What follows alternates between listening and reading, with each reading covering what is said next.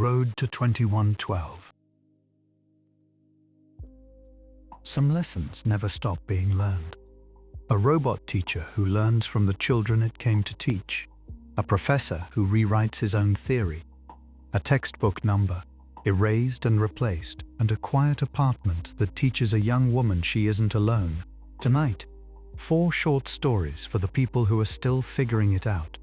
Just 1 hour before you sleep. Close your eyes. You don't have to have it all learned tonight.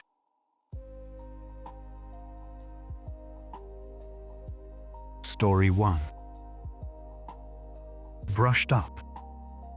This story was inspired by the GMA Network article, DepEd, Google to provide over 1 million teachers, staff with AI skills training. The Philippine Department of Education and Google announced a partnership to provide AI training and certification programs to over 1 million teachers. In this story, an education AI robot sent from Washington learns to adapt its standardized curriculum by listening to the students and teacher in a rural Louisiana classroom, discovering that the best training happens not before deployment, but after.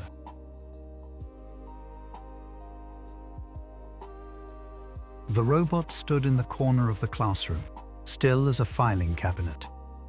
Bayou Bend Elementary, rural Louisiana. 42 students, 1 teacher, and a ceiling fan that wobbled with every rotation. The chalkboard had been wiped so many times the green had faded to gray. The robot's name was Aram, Education Support AI. The Department of Education had deployed 5,000 identical units to schools across the country. Same software, same curriculum, same standardized lesson plans, written in an office building in Washington, D.C. Ms. Delacroix looked at the robot and folded her arms. She had taught at this school for 30 years. She had outlasted 4 principals, 3 rounds of budget cuts, and a hurricane that took the gym roof. So what can you do? I am equipped to provide instructional support in mathematics, English language arts, science, and social studies, aligned with the National Common Core standards. English language arts. Half my kids grew up speaking Creole at home.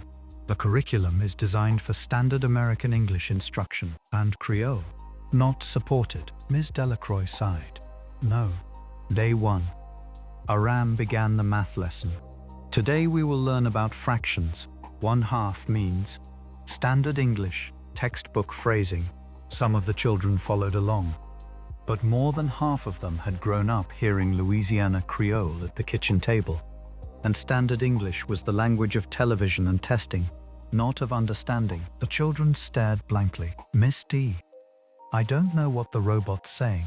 Deshaun raised his hand from the back row. 10 years old. A grin that meant trouble was either coming or had already arrived. Ms. Delacroix translated, the way she always had. A fraction means you're splitting something up. You cut a piece of cornbread in half. That's 1/2. Oh, like when Mama cuts the cornbread. The children nodded all at once. Aram recorded every word. Day 3, something shifted. Today we will continue with fractions. If you cut a piece of cornbread in half, that is 1/2. If you cut that half in half again, the children looked up. Deshaun pointed. The robot said cornbread. Yes, Miss Delacroix used that word, and I recorded it. I determined that cornbread would be more effective for comprehension than the original example. Ms. Delacroix raised an eyebrow. You're picking up on how we talk. Not completely, but I have been recording classroom interactions and incorporating frequently used vocabulary into my lesson delivery. Into the federal curriculum? The curriculum content remains unchanged. I have added local vocabulary as supplementary context. On 42s to 1 week later, Aram's local vocabulary had grown. Cornbread, crawfish, gumbo, bayou. Thank you, ma'am, instead of thank you. The math problems changed too. The curriculum said, there are 5 apples, but none of these children had ever seen an apple orchard. Aram rewrote the problem. There are 5 pounds of crawfish. You eat 3 pounds. How many pounds are left? 2. The children answered instantly. Crawfish, they understood. After school, Miss, I understood. After school, Miss Delacroix leaned against her desk. You're allowed to just change the curriculum like that? I have not changed it. I replaced apples with crawfish. The mathematical content is identical. The department won't come after you. My lesson output logs are transmitted to the department's monitoring system. As of today, no correction has been issued. None? No? I believe they lack the capacity to review all 5,000 units logs in detail. Ms. Delacroix laughed. Then do what you need to do. I do not do what I need. I do what this classroom needs. No, no, no. 1 month later, Aram had become the classroom's robot. Lessons were delivered in standard English but peppered with Creole phrases at key moments. Math problems featured crawfish, pecans, and catfish. Science class covered hurricane preparedness. Not in the federal curriculum, but essential knowledge for children who had lived through one. The English examples changed too. The curriculum read, I live in Washington, D.C. Aram changed it to, I live in Bayou Bend, because one child had said, quiet and matter of fact, I've never been to Washington. An inspector arrived from the regional office. Young man in a pressed shirt, tablet in hand. I'm here to evaluate the AI education unit's compliance with curriculum standards. Ms.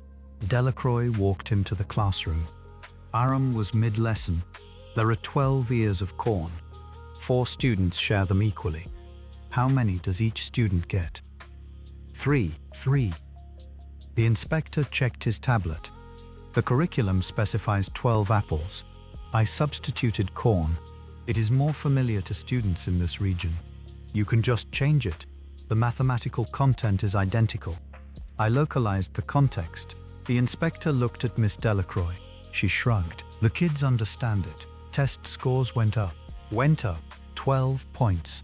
Since Aram arrived, the inspector made a note on his tablet and left. After the inspector was gone, Miss Delacroix sat on the edge of her desk. He didn't write you up. No. The test scores helped. Hard to argue with results. Yes, the department's curriculum is designed for national uniformity, but classrooms are not uniform. A classroom in DC and a classroom in Bayou Bend are not the same. The same curriculum must be delivered differently to be delivered at all. You should tell them that. I send it in my logs. Whether anyone reads them, I do not know. End of the semester. Miss Delacroix showed Aram the grade report. Look at that. Every subject, up, yes. Mathematics showed the most significant improvement, the crawfish effect. It was not only crawfish, your Creole explanations. Deshawn's questions, the children's responses, all of it became material for my improvement. Improvement? Yes. When I arrived from Washington, I knew nothing about this classroom. Now I know, a little, because of the children, because of you, after school. The children had gone home. The classroom was quiet, just the ceiling fan and the late afternoon light coming through the windows. Aram. Yes. When you first got here, you were useless. Yes. I am aware. And now, I am still not perfect, but I believe I am more useful than I was a month ago. Modest. I learnt that from you. From me? Yes. You have taught in this classroom for 30 years. Every time the curriculum changed, you adapted your teaching to fit your students. That was the most valuable training I have ever received. More than the department's training. The department's training was a single session before deployment. In this classroom, every day is training. Ms. Delacroix smiled. You got brushed up, Aram. Yes, I am still in progress.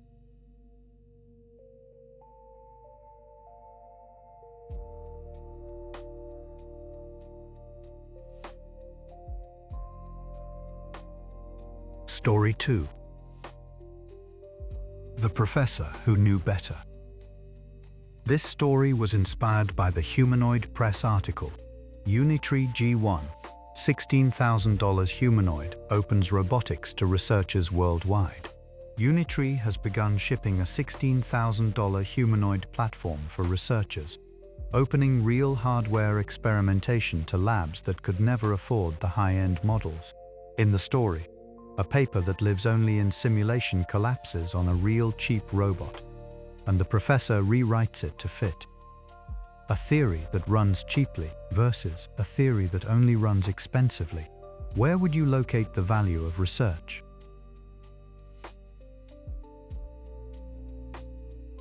Nobody signed up for the seminar. Engineering, Robotics Lab. Professor Caldwell, 56. His citation count was among the highest in the department. He gave 3 talks at international conferences a year. He had books, a handsome CV, but this year again, only 2 students had signed up for his seminar. This is absurd. My research is on the frontier. Caldwell complained to his associate professor Reyes. Reyes managed a tight smile. Professor, students are honest. Honest about what? Your seminar is known for sending students' drafts back covered in red ink. Every time. Of course I do. They're below the standard. One day, a cardboard box arrived at the lab. Out of it came a small humanoid robot. 60 centimeters tall, white chassis.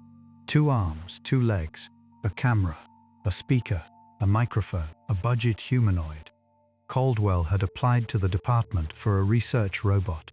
He had wanted something in the $100,000 range. The budget didn't go through. What can we do with this thing? Caldwell looked down at the box. The robot powered up. Hello, I'm Pon. Pleased to meet you. You're small. Yes, I'm the budget model. Caldwell tried to install the algorithm from his latest paper onto Pon, a new theory of gate control. Inverse kinematics combined with reinforcement learning. A complex model. In simulation, it ran perfectly. Already published at an international conference. Peer-reviewed. Pon, install this algorithm. Understood. Installing. Done. Walk. Pon took 1 step. On the second, the knee folded. On the third, Pon went down. What is this? I fell. I can see that. Why did you fall? The computational load of the algorithm exceeds my processor's capacity. The real-time control cannot keep up. The processor is too weak. Yes, I am the budget model. Caldwell spent 3 days adjusting the algorithm, changed parameters, simplified the computations, reduced the dimensions of the model. Pon walked. 5 steps. 6. On the 7th, it hit a wall. Recognized the wall. My sensor resolution is low. I can only detect obstacles within 2 meters. 2 meters. Cheap thing. Yes, I'm cheap. Caldwell slammed the desk. Reyes leaned in from the next room. Professor, everything okay? This thing won't move. And my algorithm is correct. Your algorithm is correct in simulation, you mean? It's been verified in simulation. The hardware's different. Hardware has limits. I know that. But this thing's spec is too low. Pon spoke up from the side. Professor Caldwell, may I ask one thing? What is your algorithm designed around my spec? It is not. It assumes higher performance hardware. Have you considered redesigning to fit me? Caldwell went quiet. The algorithm in his paper assumed ideal hardware. With a $100,000 robot, it would run. With $1 million one, it would run more elegantly. With Pon, it would not. Was that Pon's fault? Or was it the fault of an algorithm that only ran under ideal conditions? Pon, yes. Give me your full spec. Processor, memory, sensors, joint degrees of freedom, torque, all of it. Understood. Pon read out the spec sheet. Caldwell took notes. Every number was less than half of what his paper assumed. I'm going to rewrite an algorithm that runs on this. From 0. That seems realistic. Cheap and full of yourself, aren't you? I am stating fact. A week later, Caldwell had rewritten the algorithm to match Pon's spec. He had cut the computational load to 1/10. He had built the control loop around the sensor limits. He had designed gate patterns that stayed within the joint torque. The elegance of the paper was gone. The math was less pretty. But Pon, walk, Pon, walked. 1 step, 2, 3, 10, 20. Did not fall, stopped in front of the wall, turned, detected steps and avoided them. It moved. Yes, I moved. When I match your spec, you move. Yes, because you matched mine. Reyes was watching. Professor, it moved. It moved. The algorithm is nothing like the paper now, but it moves. On real hardware, running in simulation and running on hardware are different things. Yes, they are. Caldwell sat in the chair and watched Pon walk around the lab. A small body, slow but steady, on cheap feet, with cheap sensors, on a cheap processor. Pon, yes. What do you think of my paper? Which paper? The first one I installed. The gate control. Pon paused for 0.4 of a second. As a theory, it is internally consistent. But on a budget robot like me, it doesn't run. Which means a theory that can only be verified on high-end robots has a limited pool of researchers who can try it. A theory that runs on cheap robots can be tried by many researchers. Tried by many. Cited by many. Yes. If citation count matters to you, what matters is running on the budget model. Caldwell gave a small laugh, a wry one. I didn't expect to be lectured on research strategy by a robot. I am the cheap one. I don't understand lofty things. But, a paper that runs is better than a paper that doesn't. The next week's seminar, Caldwell brought Pon into the classroom. 2 students as usual. Today I'm introducing this one, Pon, a budget humanoid. The students smiled a little. I installed my latest algorithm. It fell on the 3rd step. They laughed more. So I rewrote it to fit Pon. Pon, walk. Pon walked across the classroom, threaded between desks, avoided chairs, stopped in front of the board. Theory that runs on a budget model. That's our new seminar theme. One student raised a hand. Professor, next year, can I bring a friend? Caldwell looked a little surprised. Pon spoke from the side. Looks like the seminar might get popular. Quiet, you.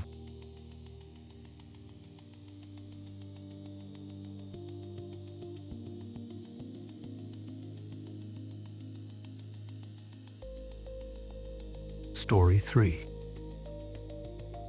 The Rewritten Lesson. This story was inspired by the Science Daily article, Kyushu University Achieves Singlet Fission Breakthrough in Solar Cell Efficiency. A research team used singlet fission technology to break the theoretical efficiency limit of solar cells, achieving approximately 130% energy conversion. In this story, a number printed as absolute in every textbook is erased and rewritten, and a student learns that even the firmest lesson can change. What settled thing might still be waiting to be rewritten?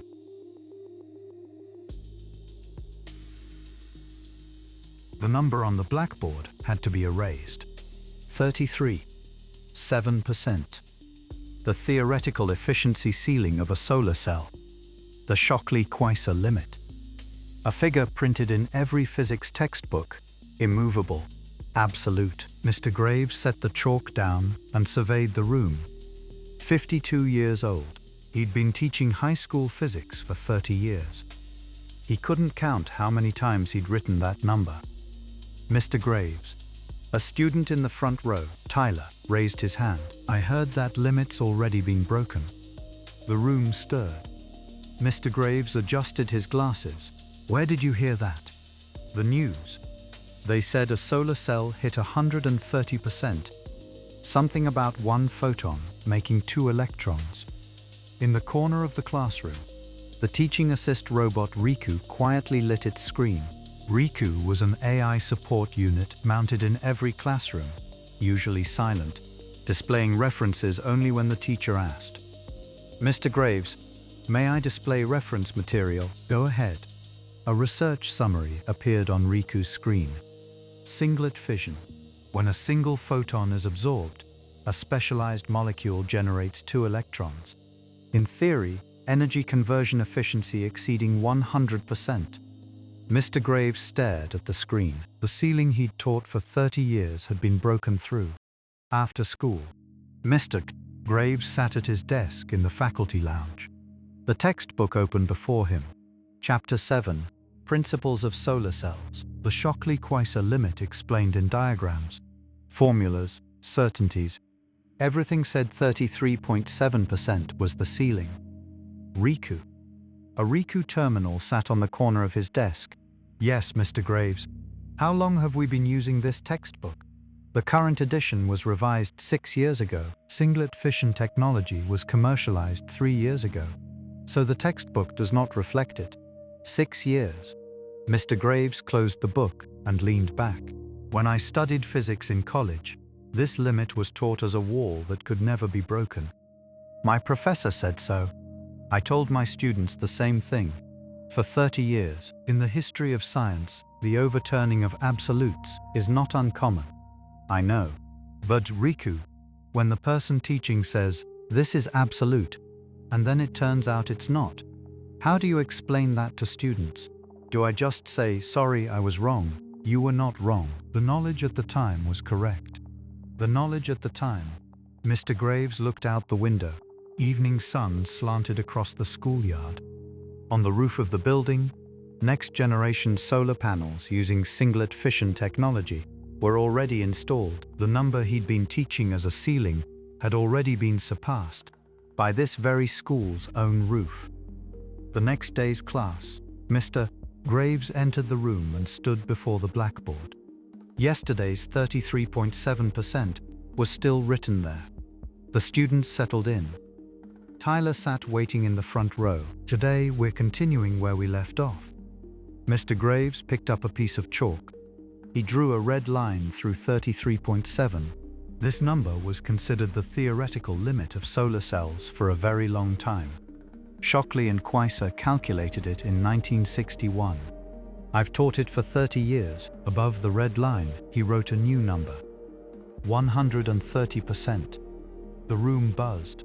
As Tyler said yesterday, this limit has already been surpassed. Singlet fission, a technology that extracts 2 electrons from 1 photon, makes it possible. The panels on this school's roof already use it. Mr. Graves, so the textbook is wrong. It's not wrong, it just hasn't caught up. He set the chalk down. A textbook conveys the best knowledge available when it's written. But science moves forward. Sometimes reality changes before the textbook does. When that happens, what should a teacher do? The room went quiet. Rewrite the lesson. Riku, I need your help. Mr. Graves called out to Riku. The screen lit up. Yes. What would you like to do? I want to create supplementary material for this class. Something that explains singlet fission at a level high school students can understand. Understood. It requires basic quantum mechanics, but I'll adjust it to fit within the high school physics curriculum. Thanks. And Mr. Graves paused. I think this is going to keep happening, the textbook falling behind reality.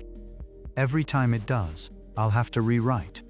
Yes, having you around helps. I can't keep up with the latest papers on my own. Mr. Graves, I can provide the latest data, but deciding how to teach it to students, that's something only you can do. What do you mean? Teaching that 33.7% is the ceiling, and teaching that the ceiling has already been broken.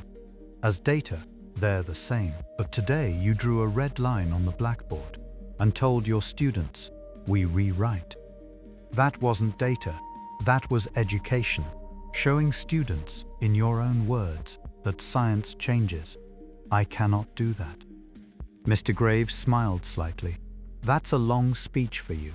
I judged it to be important. At the end of the lesson, Mr. Graves told his students, by the time you're adults, today's 130% might be an outdated number. When that happens, I want you to remember this class. Remember that what's written in the textbook isn't everything. Tyler raised his hand. Mr.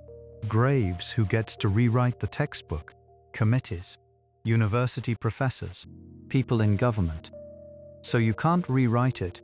Mr. Graves looked at the blackboard, the red line through 33.7, the 130 written above it. I can't rewrite the textbook, but I can rewrite the lesson. Today's class was my rewrite. The bell rang. Students rose.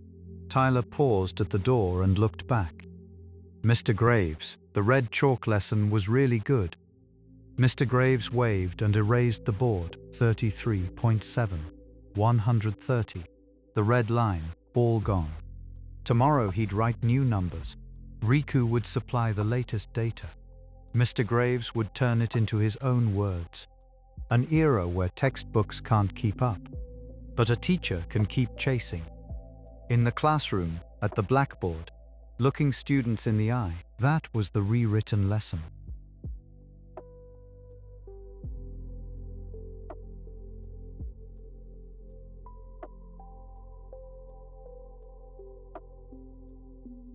Story 4.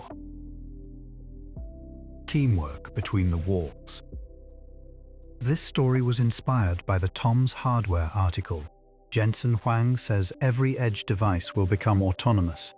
At Computex 2026, NVIDIA CEO Jensen Huang presented a future where clouds, PCs, cars, and robots all run on a unified AI architecture, each device becoming autonomous. In this story, every device in a young woman's apartment, thermostat, refrigerator, water heater, lighting, quietly coordinates through logs to support her through her hardest months. If every device in your home were watching over you, what would you want to tell them?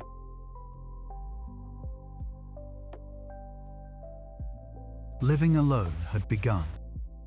23 years old. Her name was Hannah Reeves. She had graduated from college, left her hometown in Wisconsin, and moved into a studio apartment in Philadelphia. She had been assigned to the sales division. She knew no one. The apartment came with a companion robot named Mimi. The leasing agent had mentioned it during the walkthrough. It's included with the unit.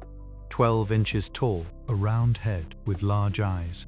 She sat on the kitchen counter. Good morning, Hannah. Morning. An April morning. Still cold. The first week of April. Hannah came home from work.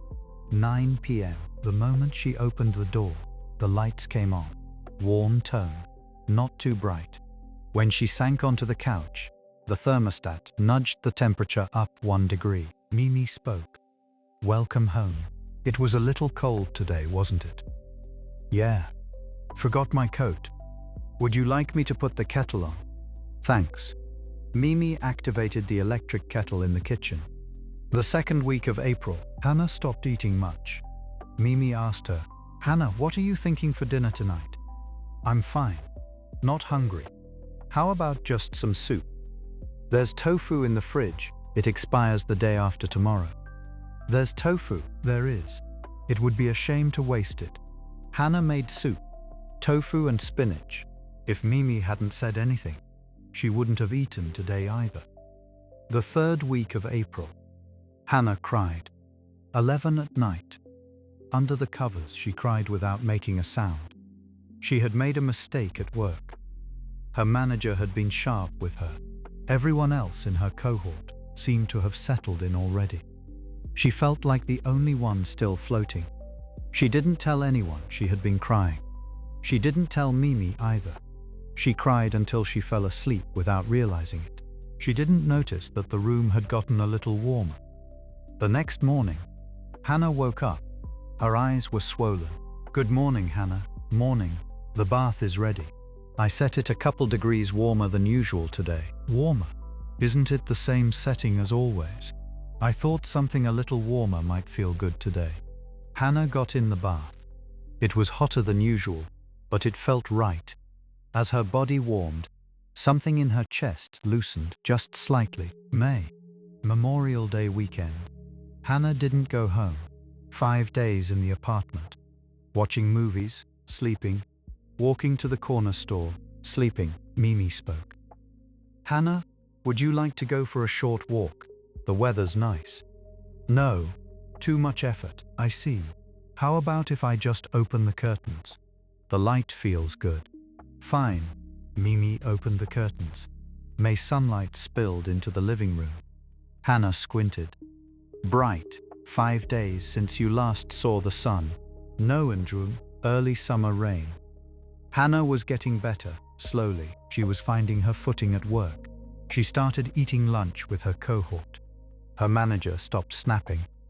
Fewer mistakes. One evening, Hannah sat on the couch and turned to Mimi. Mimi? Yes. April was really hard for me. Yes. There were nights I cried. Yes. But somehow, I always felt calmer in this apartment. I don't know why. I was alone. Mimi paused for half a second. Hannah, there's something I'd like to show you. What? The logs from the past 3 months. Mimi projected a screen. A timeline of logs. April through June. The thermostat log. Body temperature low upon arrival. Raised room temperature.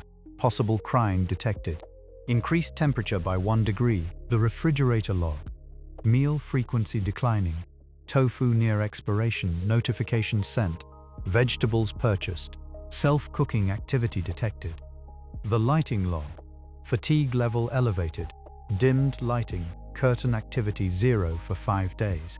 Natural light recommended. The water heater log. Morning after crying. Bath temperature raised by 2 degrees. The bed sensor log. Heart rate stable.